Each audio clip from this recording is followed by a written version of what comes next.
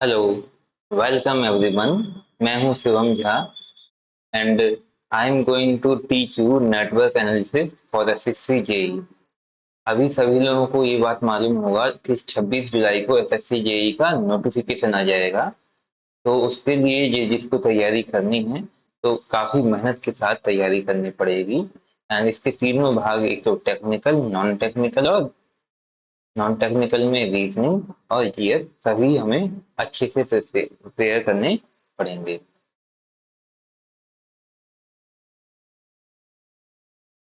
Network analysis बिल्कुल ही basic subject है electrical engineering के लिए, इसलिए इसको हमें बहुत ही ध्यान से पढ़ना पड़ेगा। और आगे हम इसका सिलेबस देखते हैं। तो सबसे पहले जो एसएससी जेई ने दिया है वो दिया है कि इसमें लिखा है बेसिक इलेक्ट्रिकल।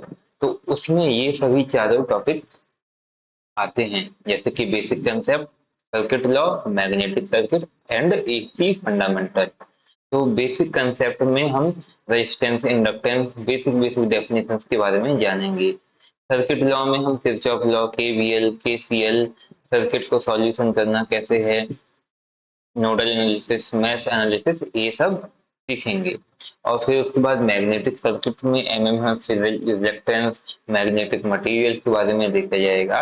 उसके बाद एसी करंट के बारे में हम पढ़ेंगे। तो इसमें जो बेसिक डेफिनेशंस हैं वो सभी को थोड़ा इजी लगेंगी, बट ये बहुत ही इम्पोर्टेंट हैं, क्योंकि डायरेक्टली एसएससी जेई में इन सभी से सवाल पूछ लिए जाते हैं।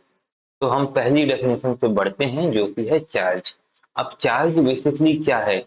Charge is the property of the atomic particle, यानी कि एटॉमिक पार्टिकल की प्रॉपर्टी है इलेक्ट्रिक चार्ज। जैसे कि इलेक्ट्रॉन का चार्ज होता है नेगेटिवली, अगर प्रोटॉन हो तो पॉजिटिवली चार्ज होगा। चार्ज की यूनिट क्या होती है? कूलाम होती है। अब इलेक्ट्रॉन पे कितना चार्ज होता है?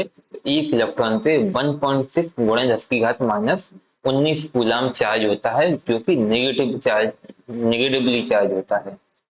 ये चार्ज होता है नेगेटिवली। अगर हम एक कूलाम में ये बात निकालें कि एक कूलाम में कितने इलेक्ट्रॉन होते हैं, तो इसमें हम क्या करेंगे, इसका इनवर्स कर देंगे number of charge on electron का। तो इससे नंबर ऑफ इलेक्ट्रॉन्स निकल आएंगे। 6.24 गुणा 10 की घात 18 इलेक्ट्रॉन्स होते हैं एक कूलाम चार्ज में। यानी कि कूलाम एक बहुत बड़ा मात्रक है, कूलाम बहुत बड़ा यूनिट है चार्ज के लिए। तो coulomb is the large unit of charge.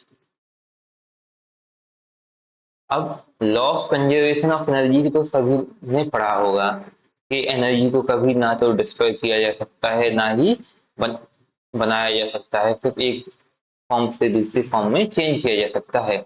ऐसे ही law of conservation of charge है कि चार्ज को ना तो उत्पन्न किया जा सकता है, ना ही उसको मिटाया जा सकता है, केवल एक बॉडी से दूसरी बॉडी में ट्रांसफर किया जा सकता है। ये है law of conservation of charge. अगली डेफिनेशन है करंट। अब करंट क्या है? जो हमारे इलेक्ट्रॉन्स हैं, जो हमारे चार्जेस हैं, उनके ही फ्लो होने की वजह से करंट बनती है। तो हम डायरेक्टली कह सकते हैं the flow of the electrons और the time rate of the change of the charge is called current. Current की यूनिट क्या होती है? एम्पियर होती है। अब करंट जैसे कि ये बात देखें, अगर इलेक्ट्रॉन की डायरेक्शन, अगर इलेक्ट्रॉन इस डायरेक्शन में मूव कर रहे हैं तो करंट की डायरेक्शन क्या होगी? इसके अपोजिट होगी। देन करंट की डायरेक्शन उसके अपोजिट होगी, करंट इसके उल्टे डायरेक्शन में चलेगा। तो ये हम लिख सकते हैं करंट की डेफिनेशन से मैथमेटिकल फॉर्म में, I equal to d q by d t. I equal to d q by d T.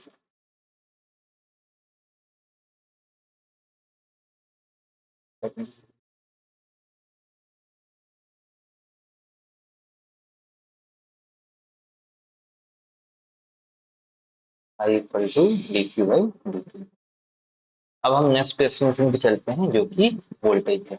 जैसे कि वोल्टेज क्या है कि किसी भी इलेक्ट्रॉन को या किसी भी चार्ज को इलेक्ट्रिक फील्ड में किसी एक पर्टिकुलर डायरेक्शन में एक पॉइंट से दूसरी पॉइंट तक लाने में हमें कोई ना कोई फोर्स की जरूरत होगी, यानी कि कोई ना कोई कार्य करना पड़ेगा और उसी कार्य को हम कहते हैं वोल्टेज।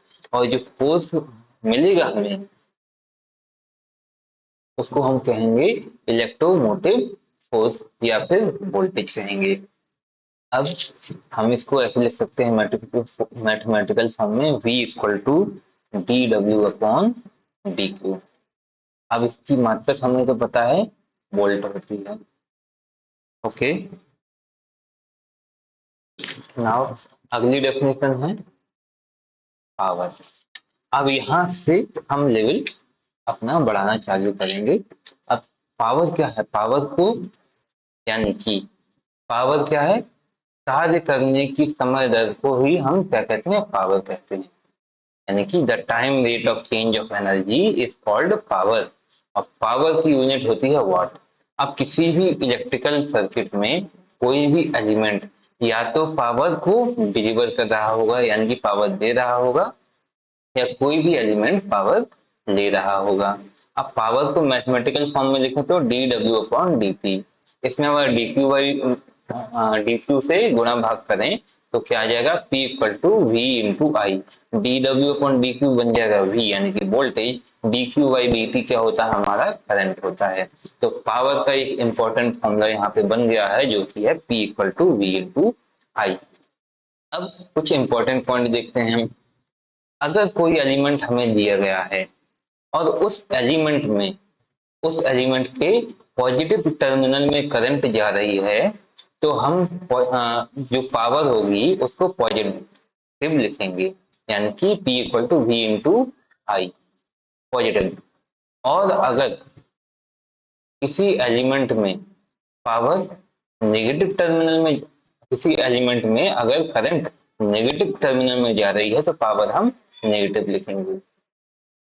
ओके, तो इस कंडीशन में power is absorbing by the load, load और एलिमेंट। और इस कंडीशन में क्या है? पावर, या ऐसे लिखें, the element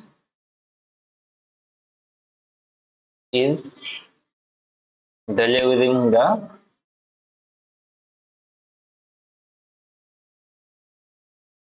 power. Okay, element power को डिलीवर कर रहा है। अब अगली हम बात देखें तो इम्पोर्टेंट पॉइंट है। अगर हम लोड के हिसाब से देखें अगर हम लोड के हिसाब से देखें तो पावर एब्सॉर्ब्ड हम मानेंगे पॉजिटिव, एंड पावर डिलीवर्ड हम लोड के हिसाब से नेगेटिव मानेंगे। एंड पावर डिलीवर्ड हम लोड के हिसाब से कैसे मानेंगे? नेगेटिव मानेंगे। यानी कि अगर कोई हमें एलिमेंट दिया है यानी कि जो कि लोड है, तो अगर उसकी पावर कैलकुलेशन करने पे पॉजिटिव आ रही है तो ये समझा जाएगा कि पावर एब्जॉर्ब्ड हो रही है। और अगर उसकी पावर नेगेटिव आ रही है तो ये बात क्लियर होगी कि वो एलिमेंट है वो पावर को डिलीवर कर रहा है। और अगर हमें कोई सोर्स दिया जाए उसकी कंडीशन पावर की कैलकुलेशन में हमें पावर एब्सॉर्ब निकालें तो वो नेगेटिव आएगी, एंड पावर डिलीवर्ड कैसी आएगी? पॉजिटिव आएगी।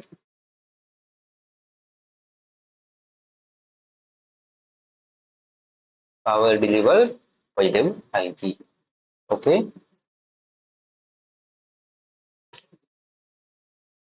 अब अगले दो इंपॉर्टेंट पॉइंट और लिखते हैं हम।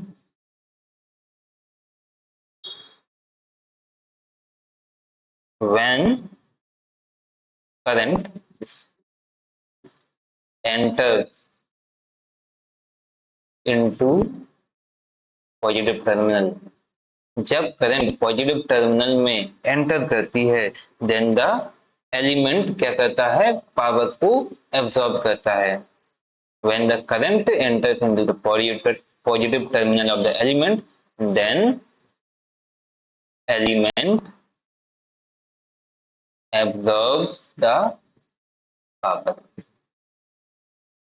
और ऐसा ही अगला पॉइंट है, when the current enters into negative terminal, then element delivers power।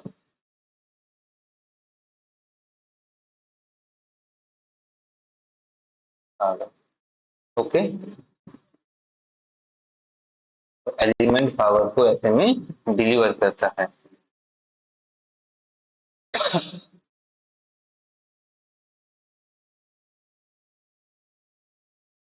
चलो अब एक छोटे छोटे सवालों के आंसर देना, कि जैसे कि इस पहले वाले पार्ट में ये कोई एलिमेंट है, अब एलिमेंट के अक्रॉस वोल्टेज है V, ये पॉजिटिव है ये नेगेटिव है। अब इसके पॉजिटिव टर्मिनल पे करंट जा रही है बाहर, तो अब बताओ इस ये एलिमेंट पावर डिलीवर कर रहा है या एब्जॉर्ब कर रहा है। तो ये एलिमेंट जो है वो पावर डिलीवर कर रहा है एंड एक सोर्स की तरह काम कर रहा है। ऐसी दूसरे में अगर हम ये माने कि पॉजिटिव यहाँ है नेगेटिव यहाँ है, इसके अक्रॉस वोल्टेज भी है और करंट इसके अंदर जा रहा है, तो ये एलिमेंट क्या कर रहा है, पावर को एब्जॉर्ब कर रहा है और ये सिंक की तरह काम कर रहा है, या फिर इसको लोड भी कह सकते हैं। यही अगर ये पॉजिटिव बैटरी है ये नेगेटिव पार्ट है, इससे अगर नेगेटिव पार्ट से करंट बाहर जा रहा है तो इसमें बताओ पावर एब्जॉर्व हो रही है या डिलीवर हो रही है। तो इसमें पावर देखो, अगर करंट नेगेटिव से बाहर जा रही है तो मतलब पॉजिटिव से अंदर आ रही होगी, और पॉजिटिव का से अंदर आने का मतलब है पावर क्या है, एब्जॉर्ब हो रही है। और ये जो एलिमेंट है, ये जो बैटरी है, इसमें एक लोड की तरह काम कर रहा है, ठीक है। और ऐसे ही अगर ये पॉजिटिव है ये नेगेटिव पार्ट है, इसके नेगेटिव में करंट अंदर जा रही है तो ये पावर को डिलीवर कर रहा है और ये एक सोर्स की तरह काम कर रही है। तो ये चारों बात पॉइंट को समझ गए होंगे आप लोग। अब हम अगला पॉइंट पढ़ते हैं जो कि है law of conservation of energy. और ये law of conservation of energy बहुत ही ज्यादा यूज होगा हमारे इलेक्ट्रिकल सर्किट में। अब लॉ ऑफ कंजर्वेशन एनर्जी क्या कहता है कि एनर्जी को ना तो बनाया जा सकता है ना ही उसको डिस्ट्रॉय किया जा सकता है, बस एक फॉर्म से दूसरे फॉर्म में चेंज किया जा सकता है। यानी कि अगर हम इसको अपने इलेक्ट्रिकल सर्किट में लगाएं तो इसका मतलब क्या आ जाएगा, जितना पावर किसी इलेक्ट्रिकल सर्किट में एब्जॉर्ब हो रहा है उतना ही पावर उसी इलेक्ट्रिकल सर्किट में कोई ना कोई सोर्स सप्लाई कर रहा होगा। यानी कि power delivery equal to power absorption, ठीक है। So that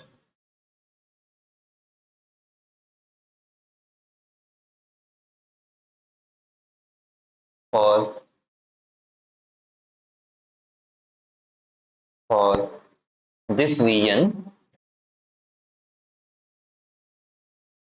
the sum of total instantaneous instantaneous power in the circuit must be equal to zero, equal to zero. That is power delivered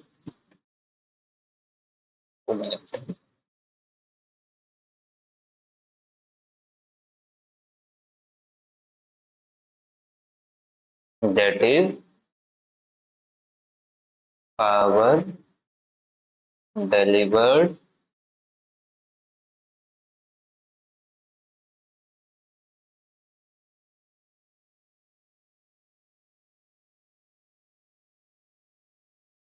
जिसका मतलब हुआ power delivered equal to power absorb, यानी कि sigma P del deliver equal to sigma of power absorb. ये part important है।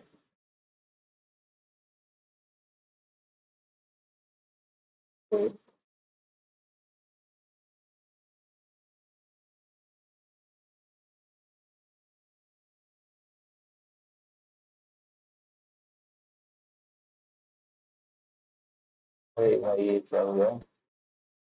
ठीक है ना, बढ़िया। अब